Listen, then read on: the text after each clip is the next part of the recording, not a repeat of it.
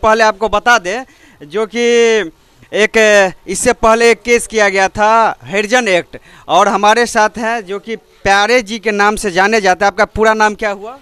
मेरा नाम मोहम्मद जियाउल हक हुआ। जियाउल हक। आप पे भी SC ST एक्ट के तहत दोषी यानी आप पे FIR किया गया है, जिसका कांड संख्या 260/22 है। उस पर आप क्या कहेंगे? और आप लोग जो स्कूल गए थे तो क्या क्या हुआ था बर्दाश्त? स्कूल में हम लोग इसी के तहत गए थे कि वहाँ बातचीत करके मसले को समझा जाए कि आखिर बच्चे को इस बेदर्दी से क्यों मारा गया, समझने गए थे। लेकिन यहाँ प्लानिंग तो कुछ और थी, और प्लानिंग थी क्या थी वो तो अब वही मास्टर बताएंगे। हमारा तो उद्देश्य था कि दोनों को बीच बचाव कर बातचीत का रास्ता निकाल कर बातचीत से समझा जाए कि आखिर बच्चे को इतनी बेदर्दी से मारने की ज़रूरत क्यों पड़ी। देखिए, इस केस में जो लड़का सूर्यभूषण पासवान किए हुए हैं आप लोगों पे, तो उसमें लिखा हुआ है कि आप लोगों ने गुंडागर्दी करने के लिए गए थे 3 से 4 आदमी। इसमें कितनी सच्चाई है? ये पूरे लौखा के समाज से पूछा जाए, सर्वे करा लिया जाए। हमें सबूत क्या देना पड़ेगा? यहाँ के समाज से एक एक बच्चे से पूछिए, मैं हूँ तो मैं हूँ, अगर नहीं हूँ तो नहीं हूँ। और आपके जो भाई साहब हैं टिंकू जी, इनके द्वारा कल केस किया गया, FIR किया गया इन टीचर पे, जो कि जुवेनाइल एक्ट कहते हैं, 268 इसका कांड संख्या है लोखा थाना में। तो इतना आप लोगों के तरफ से लेट क्यों हुआ फिर FIR करने में? लेट इसलिए हुआ, ये जवाब चंद गणमान्य व्यक्तियों से पूछिए। हम अपने तई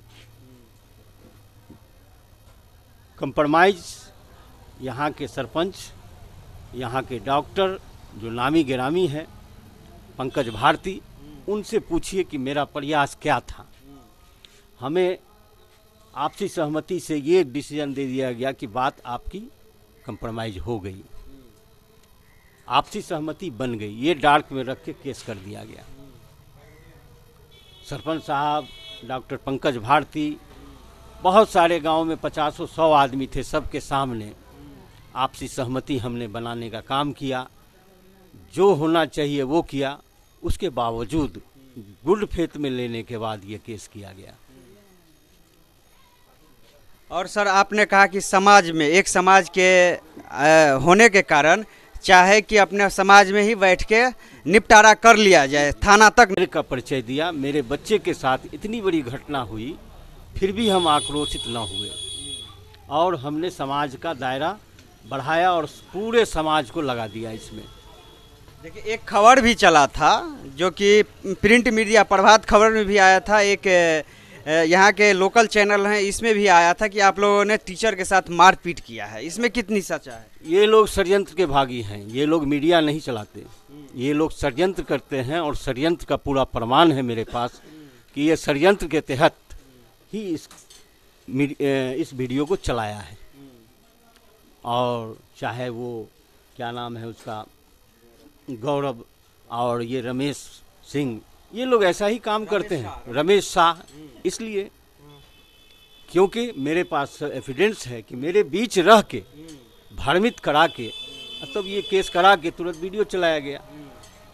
अब जिनका नाम बोले हैं वो तो आपके समाज का भी व्यक्ति है, वो भी बैठ के इसका फैसला कर सकता था। समाज को जवाब दे कि मेरे प्रयास में कहाँ कमी रह गई। वो व्यक्ति समाज को जवाब दे और समाज पूछे कि मुझ में कहीं कोई कमी रह गई है,